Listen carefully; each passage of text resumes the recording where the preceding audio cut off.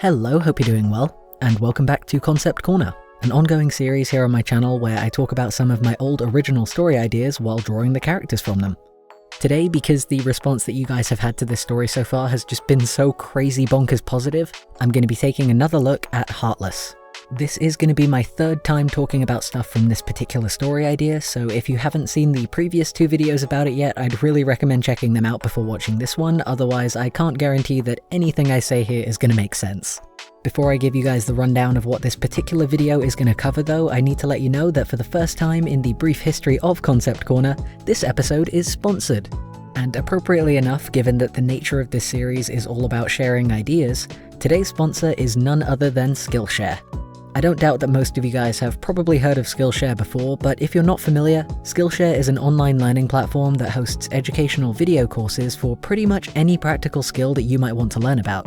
The courses are made by people who work as actual professionals in their fields, from storyboarders like Sarah Beth Morgan to animators like Johannes Fast and Michelle Tran, who has a course to guide you through the basics of animating with Photoshop. They even have a character illustration course run by Gabriel Piccolo, who you might recognize from his very, very popular Teen Titans artwork. The majority of courses over there are less than an hour long in total, which means that you can breeze through and get all of the key information you need in a relatively condensed period of time, which is very helpful if, like me, you have a really short attention span and need to absorb your knowledge quickly. Basically, if there's something you want to learn, 9 times out of 10 there's going to be an expert-made course over on Skillshare ready to teach you all about it. Thanks very much once again to Skillshare for sponsoring this video, and if any of you guys watching are interested in checking out their courses for yourself, there's going to be a link down in the description that you can use to sign up. Now, like I was saying before, this is going to be another video about Heartless. We've already covered the main cast of heroes and the main villains though, so today I wanted to tell you guys instead about some of the organizations and side characters that also exist in the world of the story. This one's probably going to be a bit more jumbled than the last two because I'm covering a couple of different things, so y'all are going to have to bear with me while I try and make all of this make sense, but yeah, I don't want to keep you waiting any longer, so let's get to it.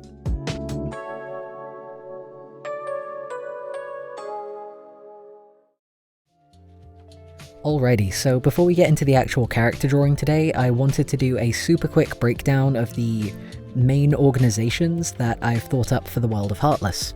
Essentially, there are two main opposing forces that exist to push against each other and push the narrative in the story. The first one is the main overarching group of villains that I told you guys about last time, called the Jury.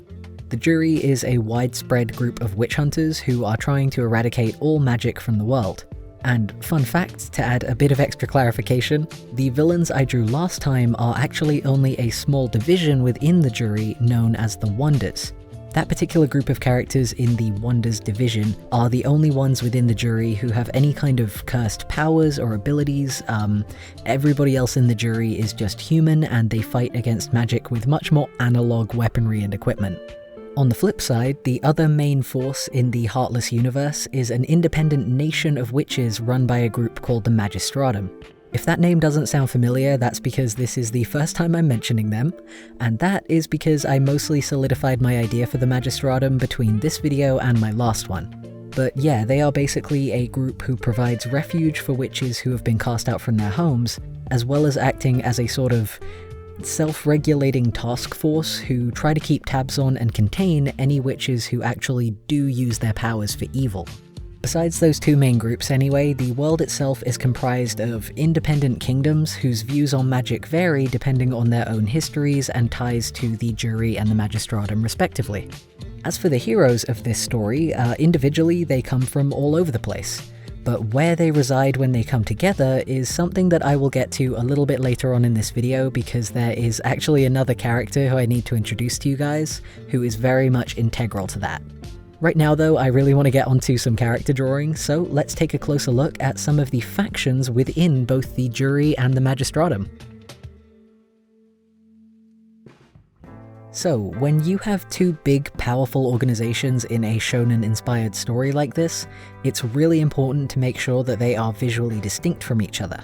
With higher-ranking characters like the Wonders in the Jury, for example, there are obviously going to be a lot more unique character designs. But when it comes to general, lower-ranking operatives and unnamed characters who will just fill up space in the background of scenes and stuff like that, One thing that can be really helpful is to design an easily recognizable uniform for them. Because I wanted both of these big groups to parallel each other in terms of how their lower ranks are divided, I decided to break them down into 3 basic types: healers, spies, and armored fighters. This first pair that you can see me drawing right now are the basic medic uniforms. We've got the jury on the left and the magistratum over on the right. And both of these might look a bit familiar. The Magistratum's medical uniform is the same one that River wears, and the villain character Doc has a much more embellished version of the jury's standard kind of plague doctor looking uniform that you can see here. As a matter of fact, that aesthetic of the plague mask that I included in the jury's medical uniform here is actually something that I carried through to all of the basic jury uniform designs. Because they're the type of grunts that I imagine would show up in quite large numbers, and having a mask as part of their uniform is the kind of thing that can really save you from having to give them all actual faces. If you've ever tried to draw a comic yourself, then you'll understand this struggle, but yeah, trying to draw actual expressions onto a ton of background characters every single time is always just a massive pain. Yeah, work smarter, not harder, cover your grunt characters' faces, that's my advice. The next set of uniforms I designed were for the, I don't know how to sum up the role in just one word, but these are for the kind of eyes-on-the-ground, stealthy spy-type people. In the jury's case, I imagine these would be very much like the Team Rocket-type goons that you would see the most often, kind of showing up in large numbers and getting blasted away.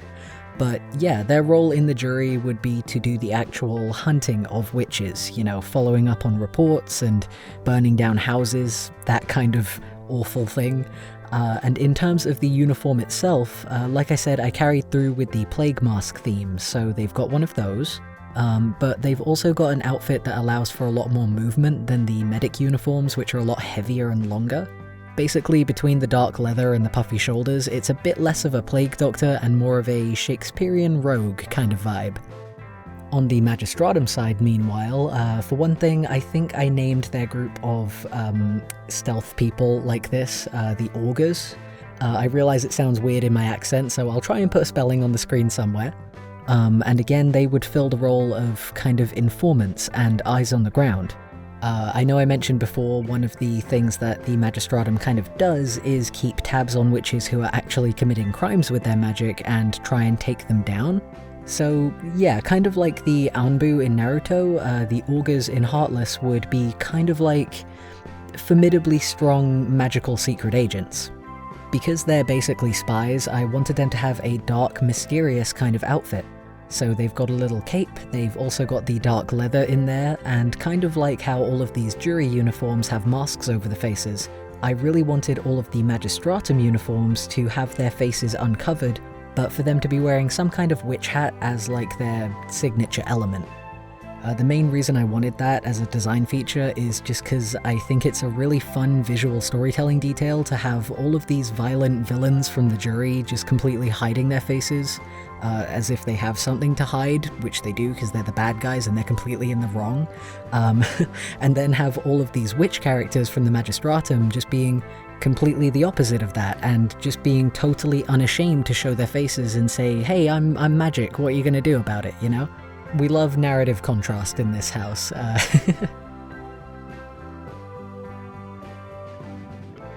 The final set of uniforms I designed here were easily the hardest to nail down, and they were the uniforms for the... again, I don't really know how to sum it up in one word, but like the tanks, the heavy fighters, the armored unit? I don't really know. The point is, I knew I wanted both of these designs to have a lot of armor, and that's always something that makes costume designing a fair bit harder for me personally. On the jury side, I've got to admit it wasn't too difficult to come up with a look that I liked. What I ended up with was this bulky suit of full plate armor with a plague mask kind of looking helmet, and a trident as the default weapon, because I thought that that harkened back a bit to like angry mobs with pitchforks, that kind of thing.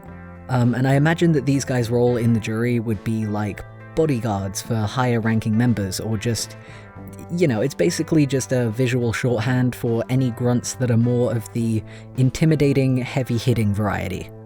On the Magistratum side though, good golly, this one took me a while to figure out. The role I imagined for the people with this uniform is again bodyguards and more physical fighting type folks, but also prison wardens who might keep guard over any legitimately dangerous witches that get locked up by the augurs. The reason I mention that is because the prison I've been imagining is called Pixis, and that name made me think of pixies, like the winged fairy creatures, which in turn made me think of attaching fairy wings to this armor as part of the uniform.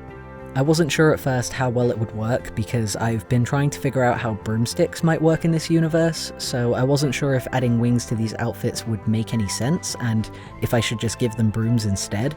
But I tried it and I liked it, so I'm keeping it. I also had a really hard time with the colouring on this one. I knew the jury armour was going to be all cold tones of blue and silver, so I wanted the Magistratum armour to be bronze coloured and warm toned so that they could both have clear visual contrast with each other. I just ended up spending ages trying to figure out exactly how to distribute the colours on the Magistratum one so that everything looked balanced rather than cluttered. I think I settled on a decent balance in the end though, and you're actually going to get to see that final palette in a bit more detail as we move along to our first actual character drawing of the day. Alright, so like I said, this is the first actual side character that I wanted to talk about today, but at the moment she doesn't actually have a name yet. Yeah, she's just been in my files as God Girl. I'm like 99% sure though that I did have a name written down for her somewhere, I just could not find it or remember it for the life of me. So, hey, if any of you guys have any suggestions of names that you think might suit this character, please do feel free to leave them down in the comments because I'd love to hear them and finally give this character a decent name. But yeah, what I do know about this character anyway is that she is a member of the Magistratum, as you can tell by the hat, and she works as either a bodyguard for one of the high-ranking leaders or as a prison guard. Like I said before, I'm still kind of undecided as to whether this uniform would cover one or the other of those things or both, but either way I knew I really wanted this character to be a strong, rough-and-tumble physical fighter kind of type. And that is because this character is actually someone from River's backstory.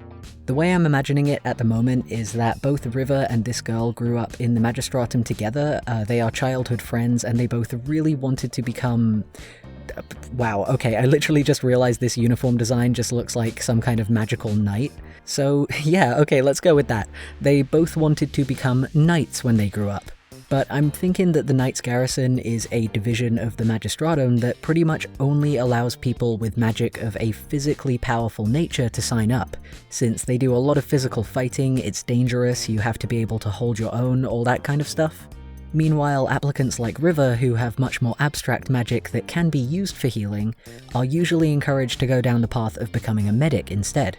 At the moment, I still don't know exactly what I want this character's magic to be, but I know because of that kind of tradition, I guess you could call it, that it would have to be something that leans heavily into that physical powerhouse kind of category.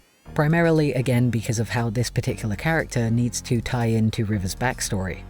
Like I said, both River and her friend here wanted to become knights. They wanted to be heroes and help people. But because of the difference in their magic, this girl was able to achieve that dream while River could not. Instead of giving up though, River decided to shift gears and help people in a different way by becoming a nurse. It's important to note though that River bears no ill will to this girl for any of that.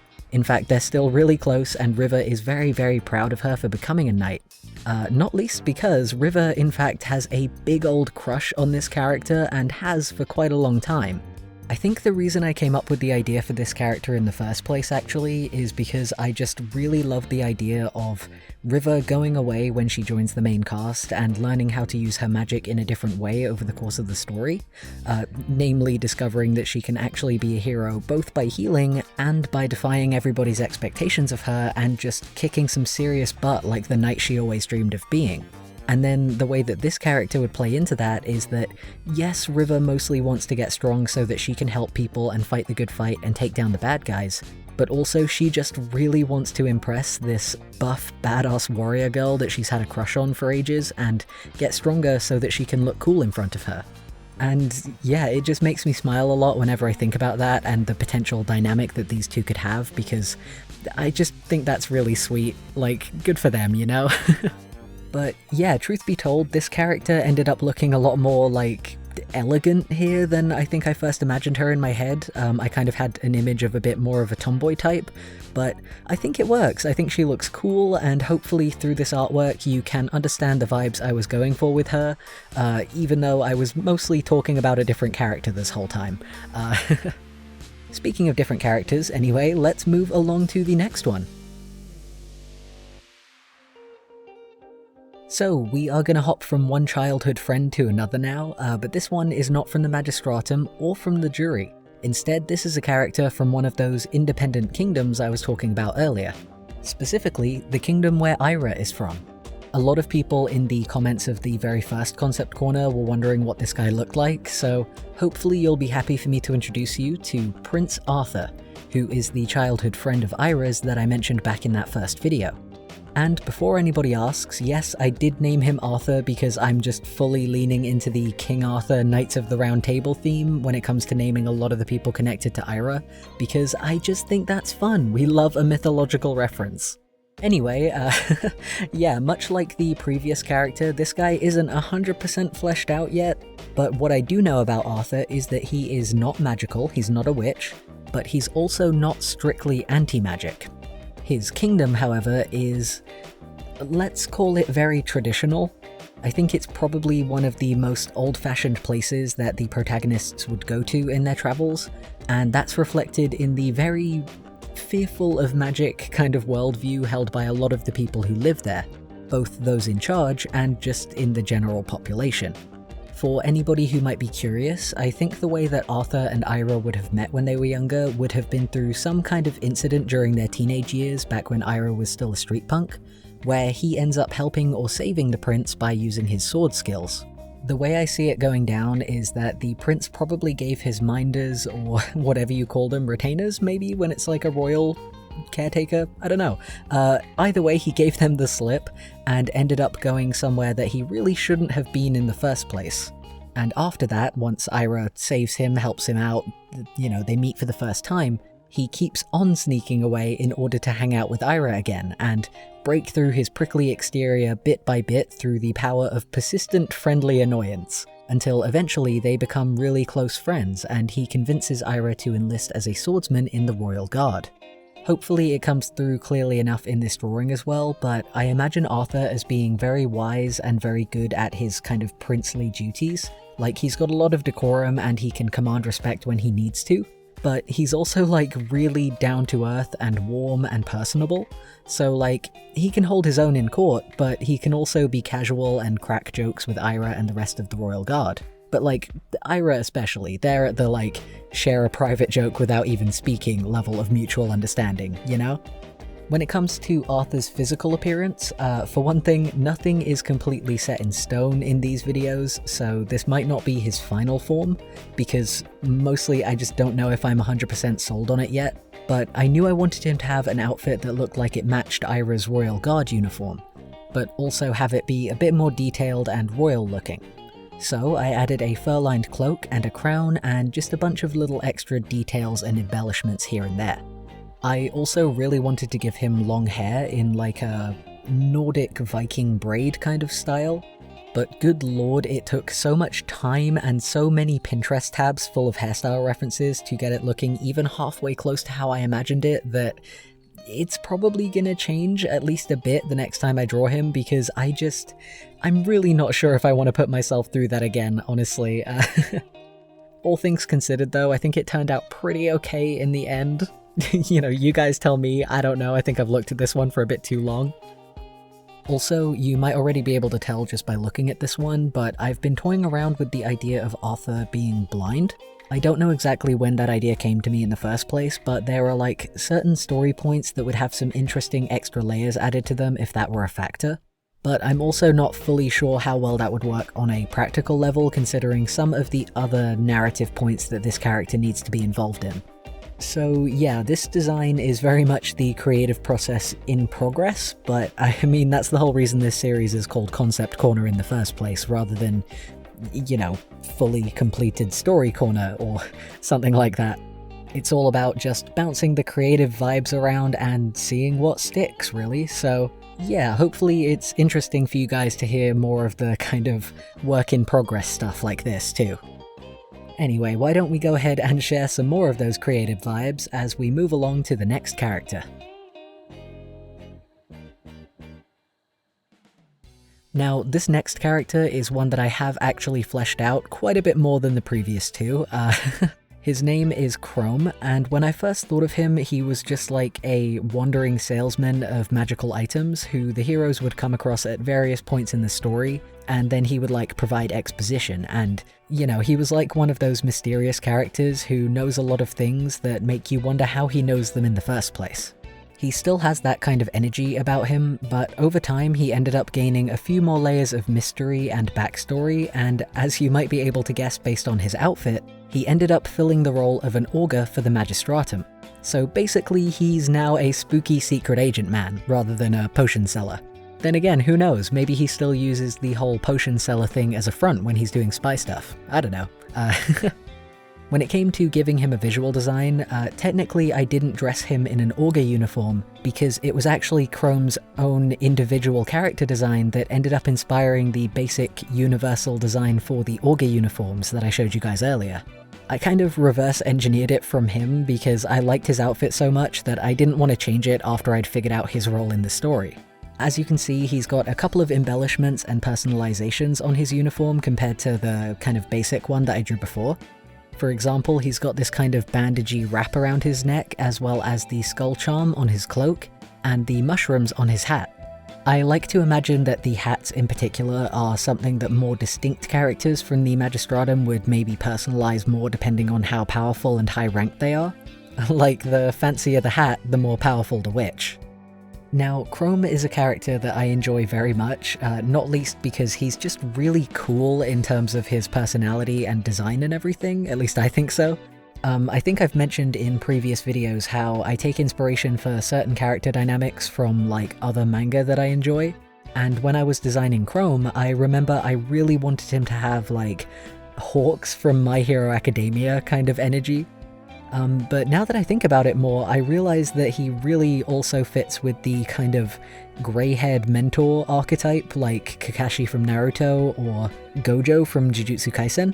So yeah, no matter which sort of existing anime character he might remind you of, hopefully you can pick up on all of those kind of vibes from this picture. Anyway, that's kind of the mood I was going for with this one. Other than his design and personality, I also really enjoy the idea of how Krome's magic works. I know at first glance he 100% looks like some kind of necromancer or puppeteer type character, but his power doesn't quite overlap entirely with either of those two things. It works a little bit differently to how you might be expecting. I realize it might also be a little bit tricky to explain in a way that makes sense, but I'm gonna give it a go. So in my notes, I've been calling Krome's magic conduit, and I think the best way I can explain it is that, like, he can channel magical energy through himself as if he's like a conductor in a magical circuit. So for instance, he could use it to make like an energy-based magical attack pass through his body harmlessly, like electricity through a grounding wire or like a lightning rod. Or, and this might sound like a bit of a tangent, but if you've ever seen the movie Bedknobs and Broomsticks, there's one scene where, like, the witch in the movie enchants a whole army's worth of historical armor and makes it start marching around and fighting for her. And I picture Krome's magic working a lot more like that most of the time. Like, with his ability to act as a conduit, he can touch an object and channel his own magical energy through himself and into the object, filling it up with magic, along with some kind of basic command that it can follow. Like, you can see he's got a little artist mannequin here. I imagine he'd use those quite a bit with the command of, like, attack or defend or, you know, just whatever he needs them to do in any given moment or in a fight, that kind of thing. It's very much just like a kind of mix of redirection and enchantment that kind of he can use to basically pull off the scene in Fantasia where all of the brooms start coming to life and cleaning things. That's kind of the vibe. Like I said, it's a bit of a weird power to try and explain, but it's also very fun to think about. Especially when I try to imagine how it could be used on much larger objects like a full suit of armor, or how it might come in handy when he's breaking into places and trying to do all of his magical spy stuff. Krome would also be a pretty frequently recurring character in the story of Heartless. I think he has some real fun connections to certain other characters that will remain nameless for the moment, but I feel like that's getting into spoiler territory, so unfortunately I'm probably going to have to stop talking about him for now. With that in mind though, I would really like to go ahead and move on to the final and quite possibly my most favourite character out of today's batch.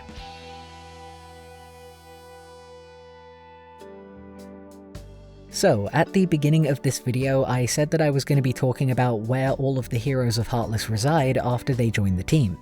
I saw a lot of people in the comments of the first video where I drew the heroes making their own guesses on that front and talking about like adventurers guilds and stuff like that. And as much as an adventurers guild is always a fun setting, it also has way more kind of Dungeons and Dragons energy than I would be aiming for with this particular story. There were also a good few people imagining that it might be like a life on the road situation with camping and stuff, which again is very fun, but it's still not quite the route that I decided to go down. Instead of a guild or a campsite, I would rather like to introduce you to this character. Her name is Moira, and she is the proprietor of a cozy little shop in the village of Brightbarrow known as Moira's Odd Jobs Office. What is Moira's Odd Jobs Office, you ask? Well, when I was first trying to imagine it, I couldn't decide if I wanted it to be a bakery, a post office, or a handyman for hire type of situation. So I decided that Moira couldn't make that decision either, and it ended up being all of those places rolled into one. We're at the bakery, we're at the post office, we're at the combination bakery, post office, and handyman service. Alternatively, by the way, you can just call her shop Mojo for short. That's the acronym that I've been using for it in my notes because I understand that Moira's Odd Jobs Office is a bit of a mouthful to say in full every time, so yeah, there's that. It's Mojo. Anyway, Moira and her cat Murphy are a pair of characters that got added to the story when I realized I wanted the heroes to have somewhere familiar to return to after each kind of story arc and adventure that they go on. At the moment, I imagined that the story would begin with Heartless working there as an odd jobs man, and eventually he would meet the rest of the protagonists and bring them back to Mojo with him, where Moira would inevitably offer them jobs as well. I also really like the idea that the more friends that the team picks up on their travels, the more new rooms Alchemy gets to add on to the Mojo building with their magic. In reality, the building would probably end up looking just a lot more patchwork and like cobbled together every time. But Moira isn't too concerned with whether the Odd Jobs office looks a bit kooky or not, because she's just a very spirited busybody who wants to make sure that everybody feels welcome when they join the team. So she would be 100% behind Alchemy's architectural endeavors on that front. She'd probably even be giving direction and like measurements for it because, like I said, she's just a relentless busybody. She can't help but get involved in a big DIY project. To be fair though, she might not even need to because Moira is a character who I imagine played quite a big part in Alchemy's backstory. She has a pretty hefty amount of influence on who Alchemy is as a person, so they're already pretty much on the same wavelength on most things, DIY projects included. Moira, by the way, is not a witch. Don't let the black cat fool you. She is in fact just another completely non-magical character. And actually so is the entire population of the tiny village that the Odd Jobs office resides in. Fortunately though, even though none of the villagers are witches themselves, they're all very fond of Moira's various magical employees, so everybody in that neck of the woods is just very neighbourly and welcoming to any new witches in town, which, needless to say, is quite a contrast to some of the other places that the heroes would visit or even have grown up in themselves. I also imagine that, perhaps partly because she runs a post office, Moira would be one of those old ladies who just inexplicably knows everybody, so it's really fun to imagine what other characters she might have some kind of completely unexpected connection to. For Moira's visual design, I tried to make her look appropriately friendly by using a lot of round shapes and a warm pink-toned colour palette, while also including a bunch of design details that relate to the various roles she fills in the Odd Jobs office. So she's got the round glasses and frilly apron of a grandma, but also the rolled up sleeves and workman's hammer of a DIY expert. As for Murphy, I originally wanted him to be a really old, grumpy looking kind of fluff ball like Fukumaru from the manga Old Man and Cat, but in the end I found out that that was really hard to draw. So instead he became a black cat that is basically just a blob with eyes. And I can confirm there is not a single thought behind those eyes, his head is empty. Anyway, that is just about all of the characters that I wanted to show you guys for today, so how about we go ahead and take a look at all of the finished artworks.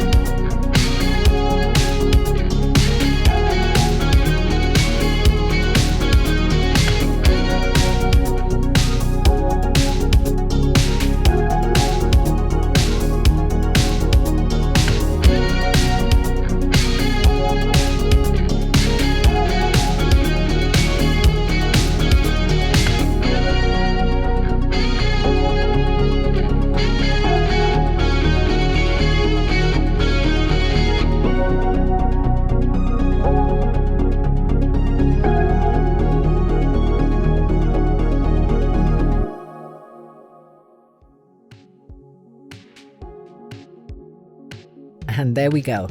I hope you all enjoyed hearing a little bit more about the world of Heartless today. These videos are so fun to make, and I'm really grateful that you guys have been enjoying them so far. I honestly never expected them to go over as well as they have. The amount of comments on the villain episode in particular was absolutely wild. So yeah, if you all want to bring that same energy to the comment section this time around, I would really appreciate it. Whether you have a favorite design from this episode, or just if you have any thoughts about the characters that I've introduced to you so far, please do go ahead and leave a comment about it. I really can't put into words how cool it is to be able to go through and see everything that you guys are writing and all of the cool ideas that you are having as well about just these really old characters that I'm revamping here. It's really just the coolest thing. I really appreciate it. Also, while you guys are here, I just want to give you a really quick heads up for next time. At the moment, I don't know exactly what I want the next episode of Concept Corner to be about, but the two options I'm working with at the moment are that it will either be one last episode about Heartless, going into a bit more detail about how some of these characters' magic might work, or I could be starting fresh and going over a completely new, old story idea. It entirely depends on which thing grabs my attention the most when it comes to actually making the next one of these, but yeah, hopefully you guys can look forward to it either way. For now anyway, thank you very much for tuning in. I hope you had a good time, and I hope you are staying as safe, happy, and healthy as you possibly can. I'll see you next time.